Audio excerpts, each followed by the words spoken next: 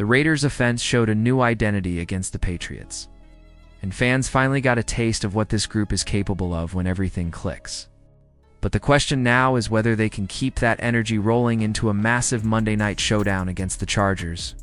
This isn't just another game on the schedule, it's a chance to stack wins, build momentum, and prove that this team is serious about making noise in the AFC West.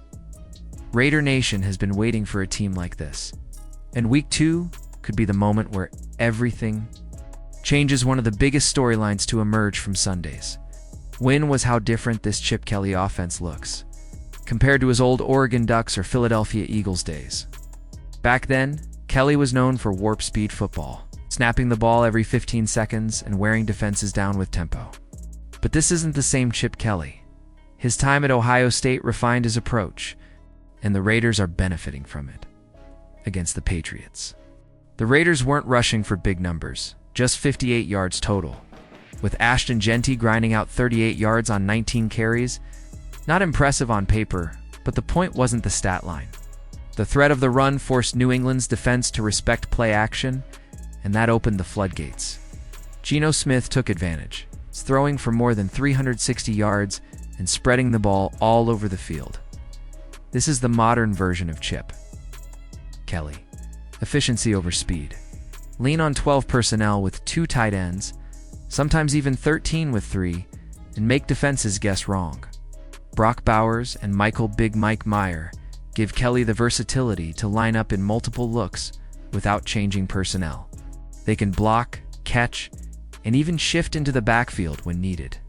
That's what makes this offense dangerous. Defenses never know what's coming. On one play, Meyer lined up like a fullback, plowing the way for Jeanty. On another, he slipped into the flat for a clutch 4th down conversion. That kind of unpredictability is exactly why this formula is so dangerous. Even when the run game isn't working, the presence of Jeanty and those tight ends keeps defenses honest. Setting up explosive plays downfield, the Patriots game showed promise. But the Chargers present an entirely different test. This isn't going to be a one-sided affair where the Raiders can slowly figure things out. Against the Chiefs, Justin Herbert looked sharper than ever, throwing for nearly 10 yards per completion. Harbaugh didn't force the run. He let Herbert rip it, and it worked. That's why Monday night will feel like a chess match. Both the Raiders and Chargers love operating out of 12 personnel, using tight ends to manipulate defenses and create mismatches. For the Raiders, starting fast is crucial. Against New England, it took until the second half for everything to fully click. But against the Chargers, they can't afford to wait. From the opening snap, they need to establish their identity. 12 personnel, play action, and unpredictable looks that keep Los Angeles guessing. Mix in bunch formations to free up receivers. Spread the field to isolate Bowers or Meyer one-on-one. Force the Chargers' defense to adjust every single play. If the Raiders do that, they'll stay in control of the tempo. Geno Smith can stay in rhythm. This game is about more than just Week 2. Last year, the Raiders struggled to string wins together. They'd flash potential one week, then collapse the next. That inconsistency became their identity. Now, after starting strong with a road win in Foxborough, they have a chance to show things are different if they come out flat at home. Critics will say it's the same old Raiders, but if they play smart, physical football for 4 quarters even in a tight loss sit proves growth. And if they win, suddenly the Raiders are 2-0 with back-to-back wins over playoff-caliber opponents. That's the type of start that gets the entire league to sit up and pay attention. It's also about shaping how the rest of the division sees them. For years, the Raiders have been a team that others didn't need to fear. But if they establish 12 personnel and play-action football as their identity, every AFC West opponent will have to spend extra time preparing for them. That's how you shift perception.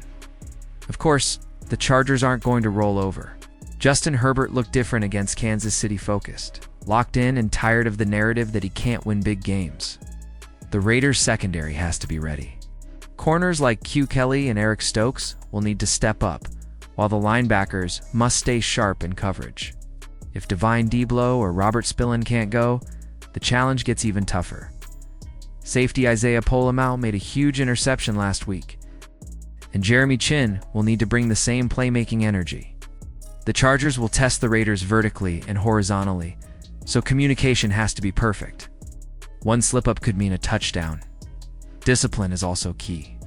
Back in the Al Davis days, unnecessary roughness was part of the Raiders' identity. But in today's NFL, you can't hand over free yards and expect to win. Young players like JPJ must learn to control their aggression. Play hard, but keep it between the whistles. Max Crosby had to figure this out early in his career, and now he's a master at walking that line. JPJ has to do the same. One of the most interesting parts of this Raiders season is how the front office is approaching roster building. They're not trying to swing for the fences with splashy trades. Instead, they're focused on drafting and developing talent. That makes sense, they're not one player away just yet. But there are areas that could use reinforcements.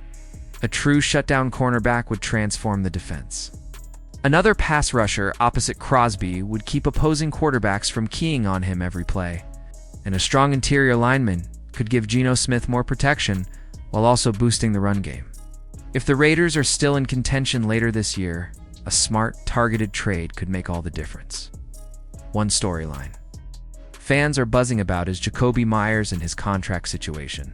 Meyers was a key factor in the win over the Patriots, and Raider Nation is already demanding the front office lock him up long-term. Meyers is currently playing on a base salary of around $10.5 million this season, with no guaranteed money left on his deal. Naturally, he wants stability and financial security, and honestly, he's earned it. Since arriving in Vegas, he's done everything right, working hard, producing on the field, staying loyal to the team through ups and downs.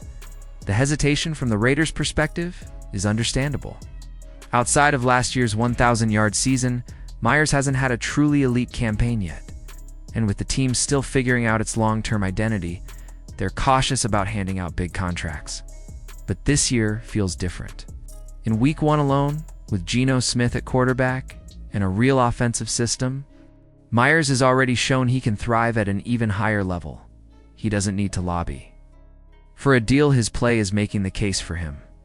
If the Raiders are serious about building a foundation, keeping players like Meyers is exactly how you do it.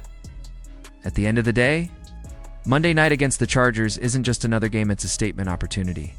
The Raiders have a chance to prove they're not the same inconsistent team fans have been frustrated with for years.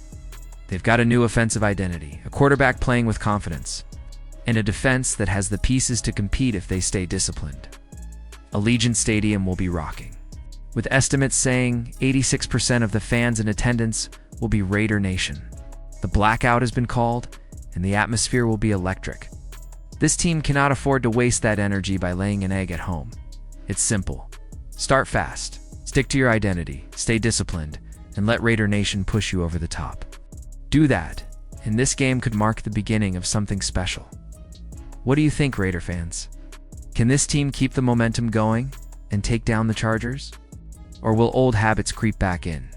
One thing's for sure, Monday night is going to tell us a lot about the future of this team.